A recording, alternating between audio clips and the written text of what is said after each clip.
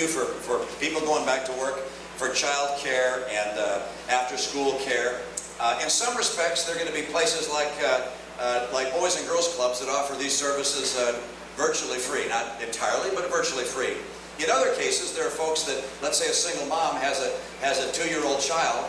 I'd like her to have the privilege of work, and I recognize that she's going to need some help with child care. In my state, when I was governor, and this is a state responsibility in my opinion, I don't want the federal government creating one more program and spending billions of dollars more. But what we did in my state is I said, look, I want to increase the work requirement. For those that are on welfare, I want to insist these folks go back to work. And so I said, look, I'm willing to spend more money by providing child care, at the same time giving these people the dignity of work. I happen to believe that work has to be part of the American experience. And so in my state of Massachusetts, I was willing to spend more by helping people get child care in order to get people back to work. And I think states ought to look at that as a way to help get folks back to work. When I was governor, we had the great majority of people on state welfare, on welfare of all kinds, TANF and others, did not have a work requirement. And I said, that's wrong. We ought to increase the number of people who have a work requirement, and we'll help them get back to work with training and also with child care. I think that's the right way to go. Thank you. Yes, sir. My name is Bob from Exeter. I thought I just heard you say you would not touch Social Security. I'm sorry, what? I thought I just heard you say you would not touch Social Security or Medicare. If you do that, then it's self-indemnity. Yeah. The Paul Ryan plan, and it has much in it to commend it. It's not identical to my own plan, which I'll be rolling out. But the Paul Ryan plan, for instance, says that there'll be no change to Medicare or to Social Security for those that are 55 years of age and older. And my own view is that we shouldn't change the deal for people who've retired or who are near retirement. But it also, in my view, is important for us to tell this young man right here, how old are you, 14? 13, to tell this young man right here what the deal will be when he gets to be 65 or 70. So I want to make sure that the promises we're making to the next generations are promises we can keep, just like the promises we keep now to those who are currently retired. And so I'm all in favor of looking at the widest array of options to make sure that we can protect Social Security and Medicare, not just for those that have it today, but for those that are coming up.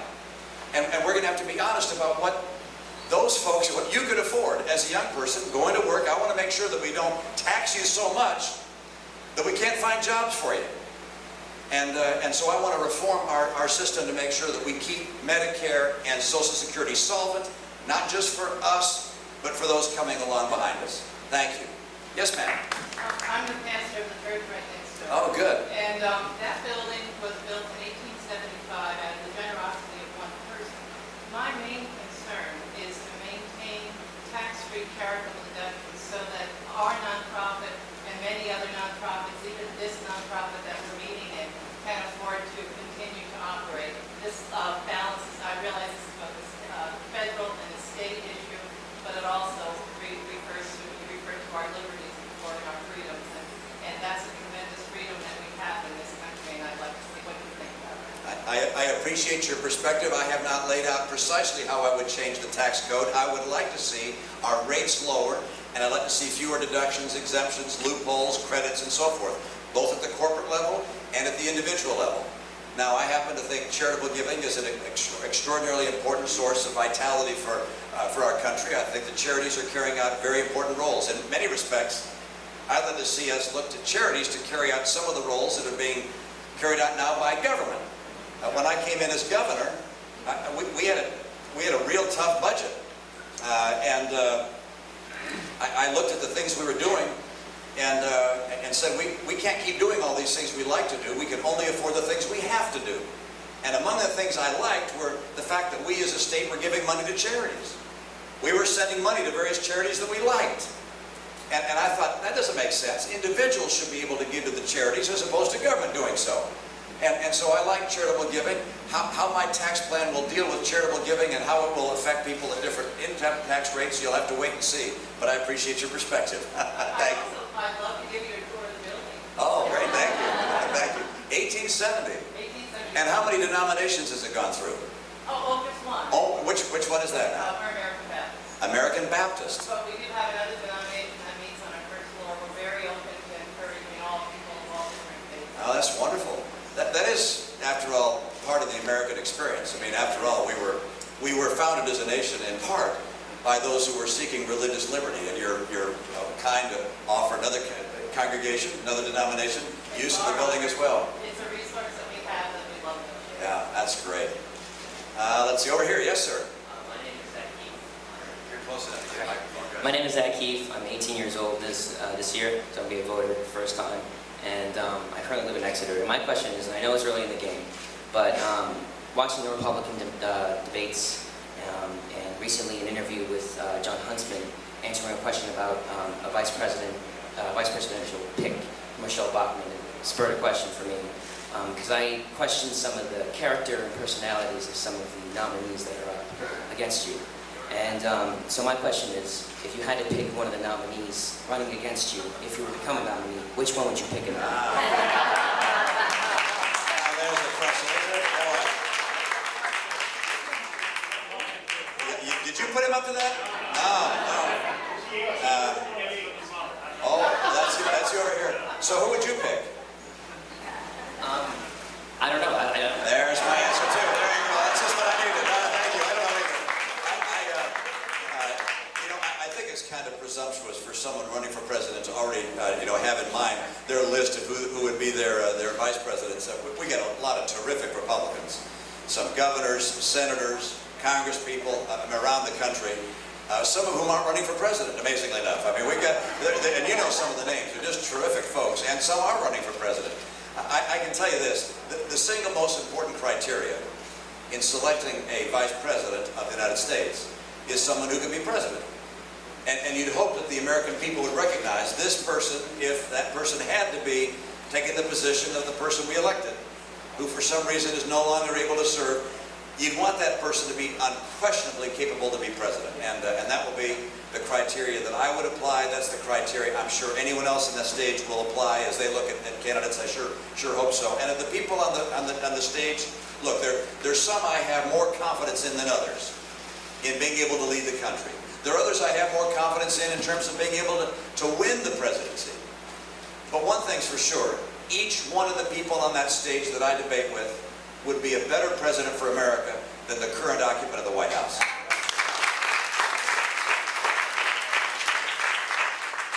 is a great answer. You hear a lot of talk about cutting the size of government, on promises and so forth. You see very little action on that front. If you were president, how would you go about doing that? What departments and agencies come to mind that you feel are positive or useful for making programs? You know what?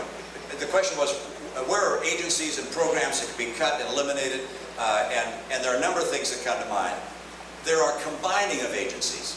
When I ran for president, when I ran for Senate a long time ago against Ted Kennedy, I said we ought to get rid of the Department of Education. And he ran ads like I didn't want to support education, like I was anti-education.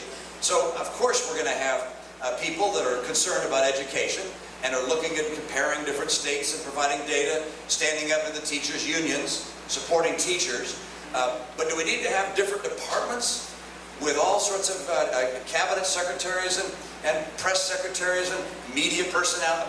Or can we combine some of these agencies? And in Massachusetts, in our Department of Health and Human Services, I had, as I recall, 15 different agencies. And I combined them. I put them into 3 groupings. I even had certain cabinet secretaries that had other cabinet secretaries reporting to them. I combined the functions of government. We got rid of all sorts of lawyers because a lot of agencies all had their own lawyers, and they all had their own press secretaries. We said we don't need so many press secretaries. We need to make government smaller. Let me tell you where the big dollars are, in my opinion. One is to say we're going to take discretionary federal spending down to the 2008 level. 2008 wasn't that long ago. Let's bring those discretionary spending accounts back to the 2008 level. Now, number 2, let's get rid of Obamacare. We don't need more spending. Number 3, let's have federal workers have their compensation tied to the level of compensation in the private sector. Government workers shouldn't be making a lot more than private sector workers.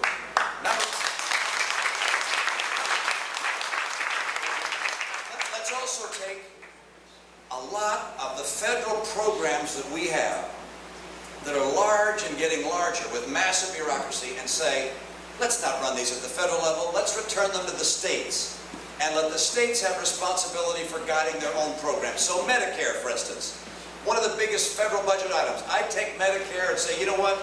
We're going to take the dollars the federal government has in Medicare, give it back to the states, let states take care of their own people in the way they think best. You follow those procedures, and I've laid them out. I've got a whole series of things I would change, and I can get America a balanced budget, and that's what we deserve, and that's what the next generation should insist upon. Thank you.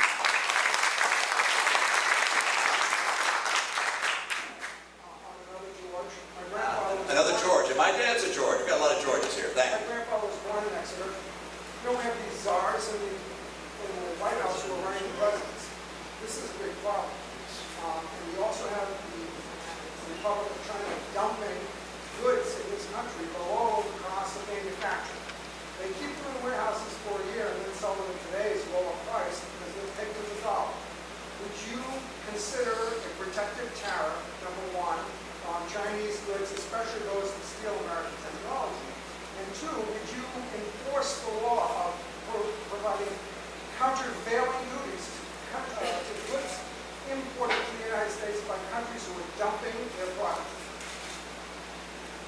Did you all hear that? It's kind of hard to describe it in full detail, other than that George has pointed out that we have nations, in the case you suggested, which is China, which is, in my opinion, one of the worst cheaters when it comes to international trade, that they are effectively dumping goods in the U.S. One of the ways they do that is by pegging their currency in such a way that there's a deep discount for Chinese goods relative to the prices that would be charged if their currency were allowed to float in a market-based way.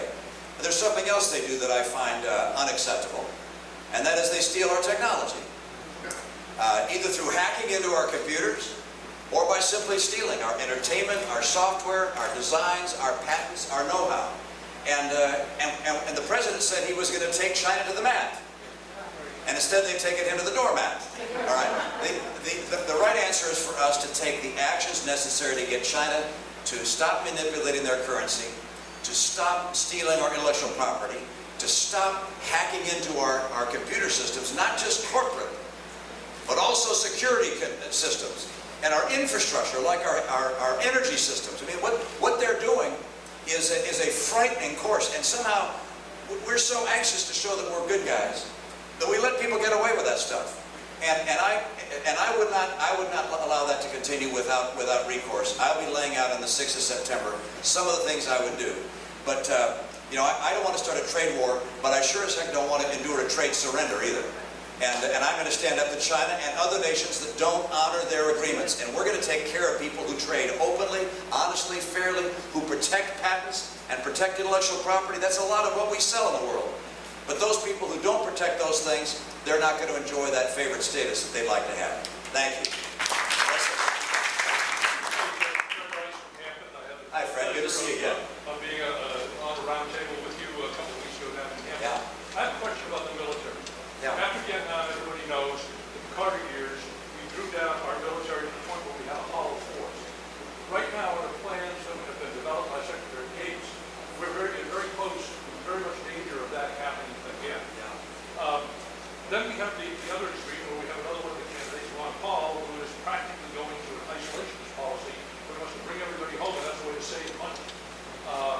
What is your broad picture about what we would do with our military? Would we strengthen it? Would we broaden it? Would we establish key bases abroad? A few thoughts on that. A few thoughts on military, for those that didn't hear it. And the question was, what are you going to do? I mentioned the candidate Ron Paul, Congressman Ron Paul says, you know, we should become more isolationist, bring our troops home, save money. What's my view? Military spending, our defense budget, is about 1/5 of federal spending. And right now, of course, we're engaged in two hot conflicts in Afghanistan and Iraq. I believe that we're going to see our troops come home, and the cost of those conflicts will come down.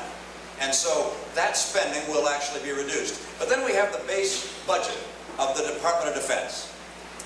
And I'm sure there's waste in that budget. I know there's waste in that budget.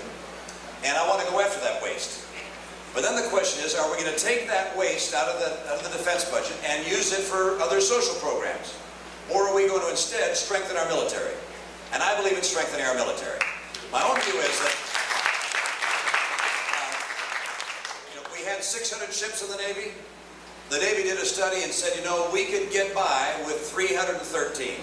We could fulfill our missions with 313 ships. Now that decision was made a while ago, and given the resurgence of China with their aircraft carrier, with their submarines, maybe they'd come up with a higher number. But let's use 313. We're now down into the 280s. We're headed down to the low 200s if we stay on the current course. And because ships that are being taken out of service compared with those coming in, the schedule shows we keep going down, down, down. That's unacceptable to me. Our Air Force, the size and age of our air fleet is the oldest and the smallest it's been since the 1940s when the Air Force was established. We have men and women in the National Guard, in many respects, fulfilling rotation after rotation in battlefield or in hot conflicts. I'd like to see us have more full-time members of the service. And I want them to have the equipment they deserve, and I want our veterans to have the care they deserve. And so when I look at all of those, those features, in my view, we should not look to the military as the source of cutting our budget. That the waste in the military should be redirected towards modernizing and updating our weapon systems and maintaining the capacity of our boots on the ground, our men and women. Now, my own view is very different than that of Congressman Paul. I believe that a strong American military is the best deterrent of war, is the best ally of peace the world has ever seen. I want our military to be so strong that no one ever thinks that they would want to engage it. That's the right source for us to be able to guarantee the next generation peace and prosperity. And so I'm willing to make the investment of 4% of our GDP. That's 1/5 of our federal spending to keep America's military strong. That's my view. Thank you.